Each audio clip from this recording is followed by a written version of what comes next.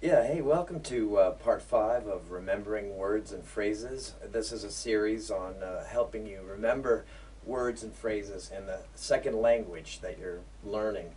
In my case, it's Norwegian, and I'm going to be talking about thinking in the second language, okay? And in å tenke på norsk. Jeg kan egentlig tenke på norsk, og jeg kan tenke på engelsk also.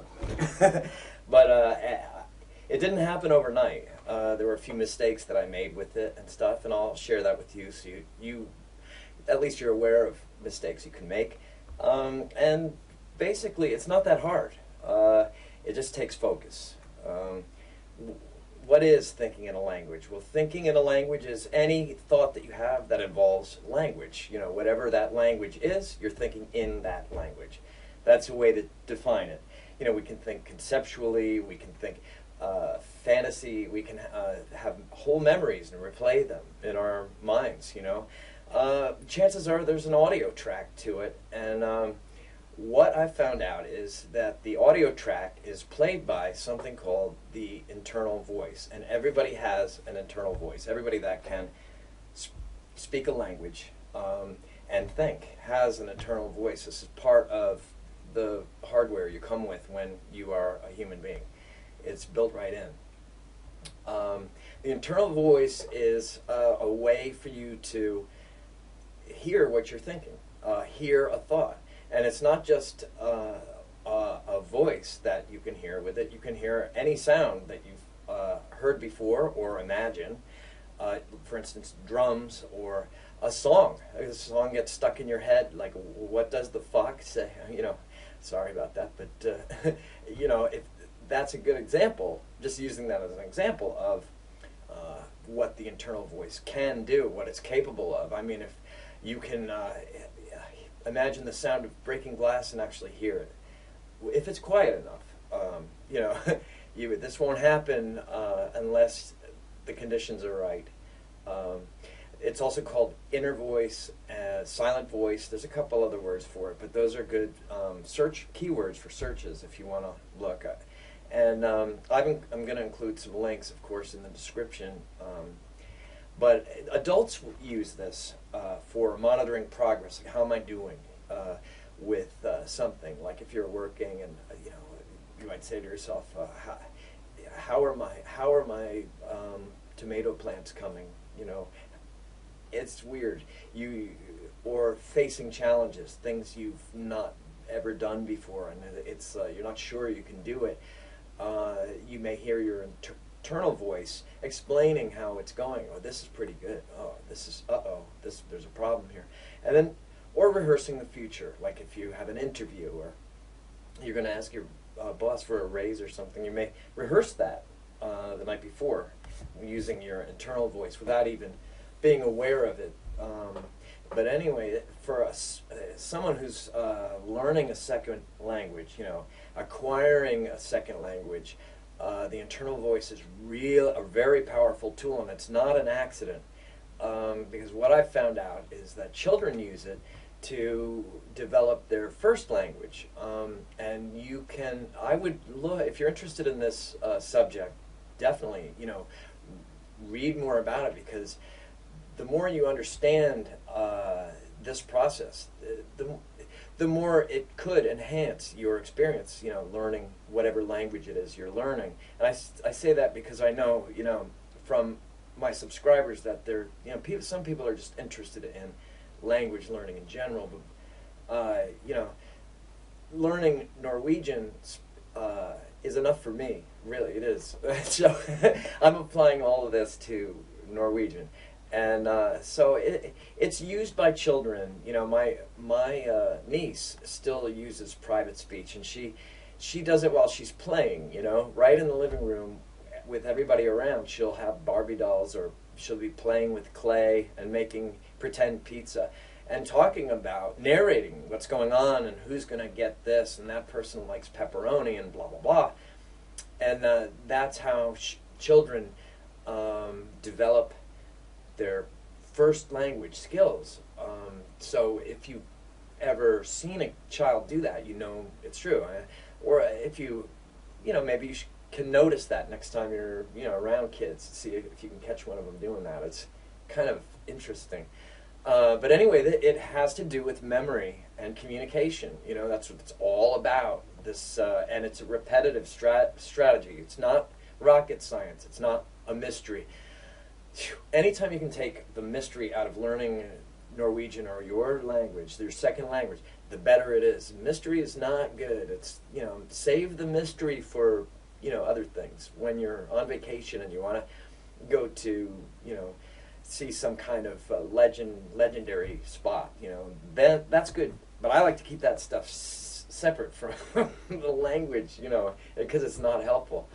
Well, anyway, private speech, this talking, self-talk, turns into internal speech, or your internal voice, because it's not cool to go. Kids learn pretty fast. It's not cool to go around talking to yourself.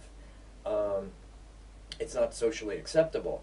So that's what happens, and then they, you know, they continue to use it to develop not only communication skills, but social skills and self-control and other things too. Which, hey, you know, that doesn't hurt.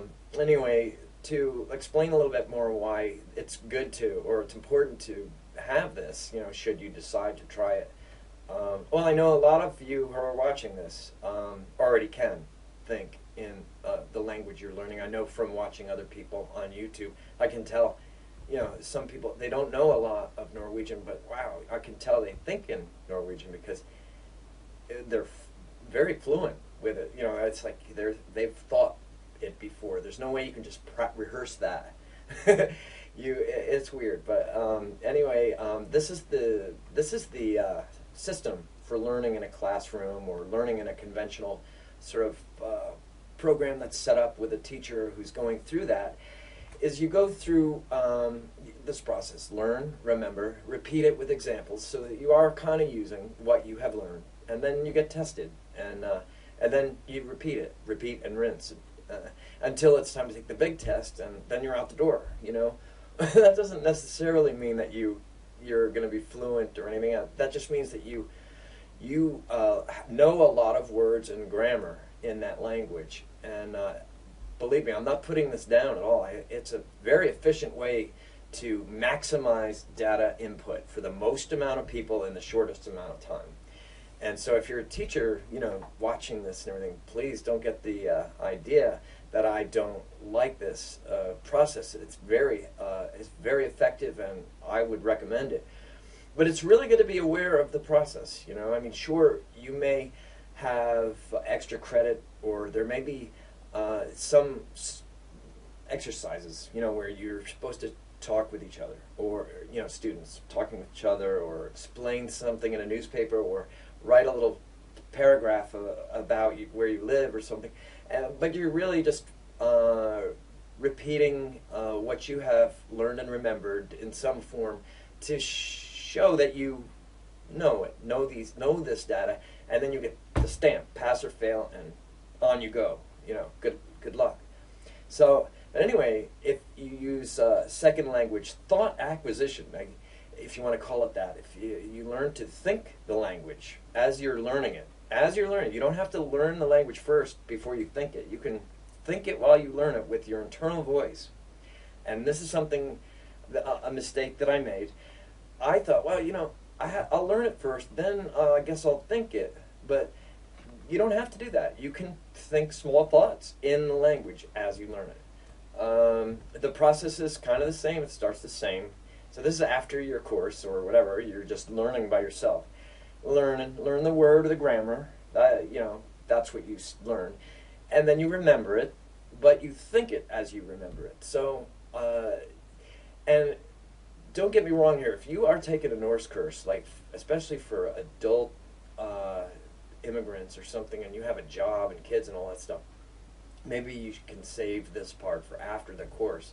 Sort of stick with what the teacher is telling you to learn, because so you can pass your test. That's important here in Norway, at least. You know, some people have to pass that test in order to stay. So don't think that I'm recommending that you abandon this at all or anything, and you can use this one after if you'd like. But anyway, you remember and think it. Think the word you learned. Think it with your internal voice. And in this process, you're actually using it when you think it. But after you think it, it becomes, there's nothing else to do with it. You just use it, you know. After you successfully think the word, it's very easy to use it. So you just use it, and then the next step, instead of a test, would be you use it in a more advanced way. I guess the real test is if people can't understand what you're saying, then you got to go back again. You know, you have to readjust it. And teachers, they're so busy, everything else, but one thing they cannot do is they cannot read your mind. So, you know, they can't tell what you're thinking. And so that could be a little problem with this, in this system here. Thinking doesn't really have that much of a place. Really all they can do is see the results of what you think.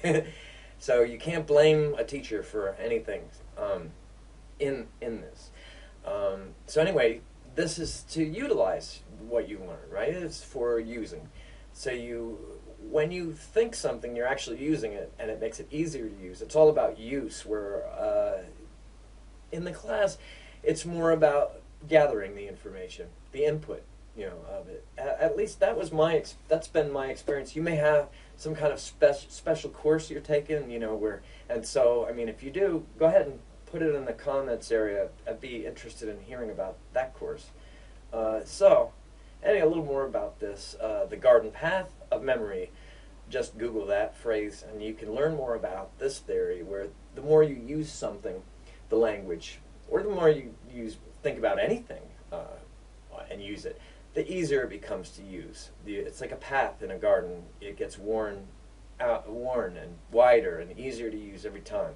And the garden path is in your brain, you know. This is metaphor for when you go to retrieve information. You go to that Norwegian part, where all the Italian is, or where the Russian is that you're trying to learn. The more you go there, the easier it is to go there and retrieve that information that you want to get. And so it expands with use. You know, like this is like a super highway. This would probably be more like what it's like when you think in your first language, just really big and easy to use. And you can retrieve that information so quickly that it's basically real time. You know, you think what you want to say and you say it. It's all pretty much the same time. But with your second language, there may be a little lag there. But the more you think in the language, at first using your internal voice, then later on it turns automatic. Well, hopefully it does. It has with me. It started to turn automatic. Then it becomes more and more like your first language, natural. And one thing they're doing a study on here in Norway about like emotional connections with language, like if swear words, for example, you know, swear words in another language, when you learn them, your second language, you can say them, and they really don't have that much meaning, you know. You may know that they're naughty or something, but the native speaker, when they say it, it really has a heavier meaning, deeper. And thinking connects these. It connects emotional, other deeper levels, an emotional aspect to it, or you know, it becomes more real. Than just conceptually learning a word, repeating it, and knowing what it is. If when you think it, you're actually processing it with all the other things, your world of knowledge, or knowledge of the world, I should say, is a knowledge of the world, everything you know. It plugs it in with that. So that's why it's kind of important. But anyway, so what do you do? What I would recommend, and this is just recommendations, it's not, you know, this is from one student to another. If you want to try this, get your internal voice up and running in your own first language, right? Your first language. Do that first. Read the emails as you type them. See if you can hear yourself with sub-vocalization, not vocalization. Sub-vocalization. That's a little mistake right there. I meant sub-vocalization. And that's when you hear yourself reading without, you know, silently reading, without speaking it. And one thing that's interesting about that, they found in a study that people's muscles in their mouth actually move a tiny bit when you think with subvocalization. So, and that's a good way to get your internal voice going. And then when you can kind of hear it, walk around, identify objects, nouns, simply, everyday things you do, and that's key. That's important. You want to get to have a little control over your internal voice. Don't let it just let it run wild. I mean, be able to turn it on and off, and use it when you want, and use it for what you want. If you want to think about the cat, and think about the cat. Don't just let it run wild, but be creative. But you're the boss of the voice. Otherwise, what happens, and what happened to me, is it just starts to drift around, and you start thinking about all kinds of things, and it becomes distracted just yourself. Because anyway, this is all my point is: get the internal voice under control, and then try to adapt it to whatever the foreign language is, your second language. Do the same thing that you were doing with your voice in your first language with Norwegian or Chinese or whatever it is you're trying to learn. Identify things that you can see and hold and whatnot. And here I have a pair of scissors, A sax, or it could be N sax. This is a tricky one. And so tricky ones are kind of cool to think, because then you can really master them. This is one that uses either A or the article N, right? And do everyday things. And then if you can remember the article, put the article on and use it the right way, right? Include simple adjectives to expand that and think it. And make it a game. Don't make it a test. Believe me, if you make it a test, you're kind of missing the point. And this all seems to really work best when it's quiet and people aren't, asking you to do the dishes and all kinds of other stuff.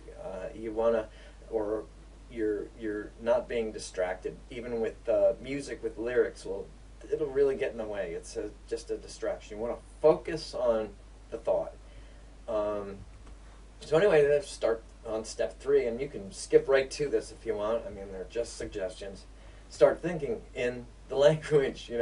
Here's a few things, exercises that I do, not in a special order, but again, when I go to bed and I'm in my bed and it's quiet, that's probably number one place. The shower, when you take a walk by yourself, and even especially at night when there's nobody around, you just take a walk and the moon is out, or wow, you can walk around and identify things, and you have the space to think.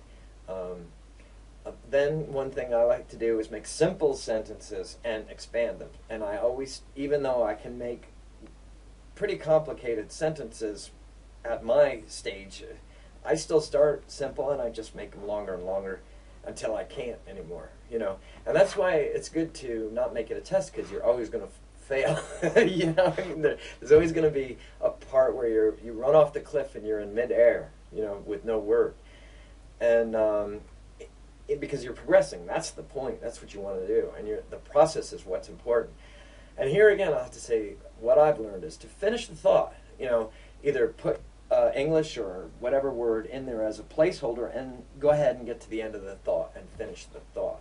Really good for practice for when you're out and you're having conversations with people and whatnot, because you can do that with your fingers, make quotation marks and stick the English word in or whatever.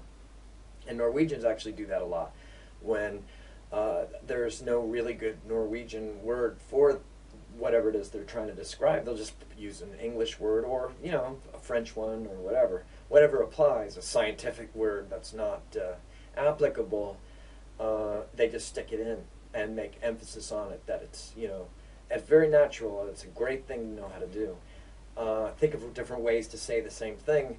This is just a tried and true thing that any student that's learning a second language should do. There are many different ways to say the same thing.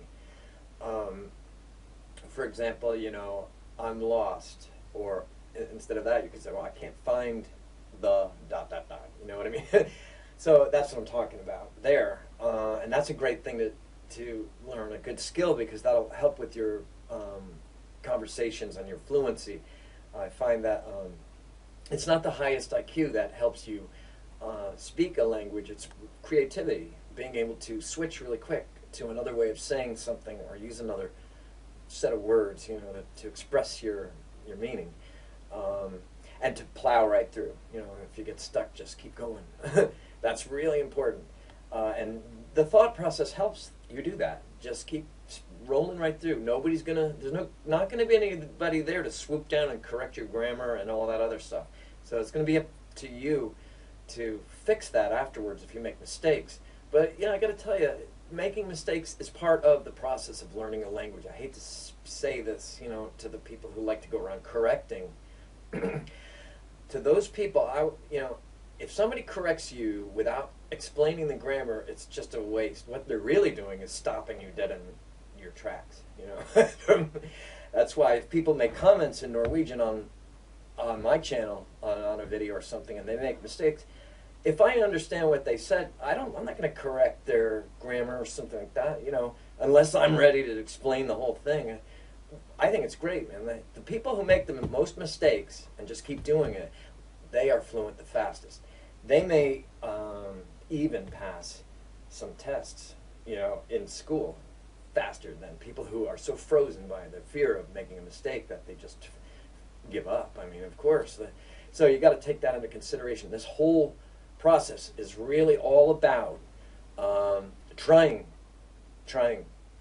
The act of trying to think is actually a success. It's a success. Then you're actually making that garden path wider and easier. You're going to that Norwegian area, you know, again, and you're using those words, and your brain says, "Okay, wow, this is important. We're using those words again. We're going to be using those a lot, so I better be, you know, using them." Like, just like if you were taking karate, you would be going to the karate section, you know, and at first your brain would be like, "What is this? You know, all these belts and flipping people and all this stuff. What are we're gonna?" And then after a little while, your brain just says, "Yeah, okay, karate time," you know. And the more you think of it, the better you get at it. And just on a personal note, I don't know anything about karate except watching movies of it and stuff. But I just use that as an example. All right, you know, interchange adjectives with nouns and make them plural. And that sounds boring, you know. I do that. I do it, you know. And it helps. It helps a lot. It's like, you know, hey, it's knowledge of results. And it's not a test. It's sort of going over, do I know that? Yeah, oh, I don't. So, and maybe the next day I'll double check that. And that's important. It is important to know these things. It is important to fix your mistakes. So, you know, I'm not saying disregard that at all. I'm just saying that whole process of getting stopped dead in your tracks because of it, that's stupid. You know, if you can't afford to do that if you're learning the language to use it. No way. So anyway, review the day, plan what you're going to do the next day. So like a narrative, what are you going to...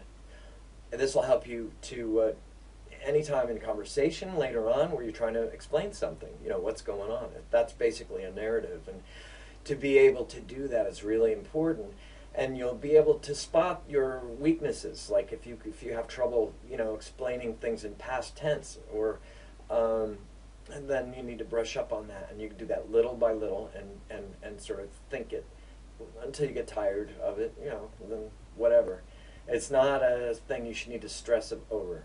So remember how things are said in dialect. You know, I mean, if you live here in Norway, everybody uses dialect in some form or another, the local dialect, and then so it's a way of you remember that and imitate it. You know, remember what another person said and try to hear their voice saying it. So you've heard when you use your own internal voice, try to make it your voice, try to make sure it's you speaking. But after a while, you can remember other people with their voice, you know, and that's handy, you know. I remember this really old guy with rubber boots came walking out of the woods with those ski pole things while we were working on a hutta in the woods, and he was speaking a really older version of the local dialect, and I remember that whole most of what he said, and I remember it with his voice and what he looked like and everything. So it was it's an education, and you know, I say when you're learning a language, just use everything you can, everything that helps, and try everything, and that to me. You know, I remember listening to the radio. I remember some things that people say on the radio, like a guy who called up drunk one night to a local radio station and was talking about a problem he was having with his frozen fish. And I remember most of that conversation, and I can play it back with my internal voice. And it's hilarious. It's a funny conversation. Maybe that's why I kind of remembered it in the first place. But so, and that gets me to this point, you know, be emotional. You know, there's no restrictions. Nobody is monitoring what you're doing. So you have freedom to be expressive, you know, make a sound angry or happy, or, you know, shout, whisper, use all these things. Be as flexible as you can with it, and make it fun. Make it a game. It's your time. It's your voice. It's nobody else can even hear it. So I mean, it's all your deal. These are just suggestions, you know, and these are things I actually do. And what's funny is all of them help me when I actually go ahead to speak, you know, and it's almost like automatic when I speak it. And for people who are listening, native Norwegians that hear this, they're like, yeah, all right, he's ready to go. He's fluent and everything. And I have a long way to go. I mean, I have a long way to go. So, but anyway, this helps, and I've incorporated this into the experience of learning, and it has enhanced it quite a bit. So that's why I wanted to share it with you. Here you can replay parts of a conversation and in your mind, and once you start to do that, what I've noticed, or once I started to do that, it's almost like I started recording them. And it's very interesting, you know, like in my local dialect, people will say "tusen takk for maten." You know, that's how they say it. Don't use that unless you live in southern Norway on the western side, you know, because that's got a little accent in it and other stuff. But when you live here, that is like gold, because if you can express yourself using local dialect, and you can mix it with whatever bookmall, you know, because you're a foreigner, you know, I mean, nobody expects you to be, you're not born in this one spot, you know, so, but when you do use it, and you use it the right way, people are like, wow, you know, he's getting there, so, or they're getting there.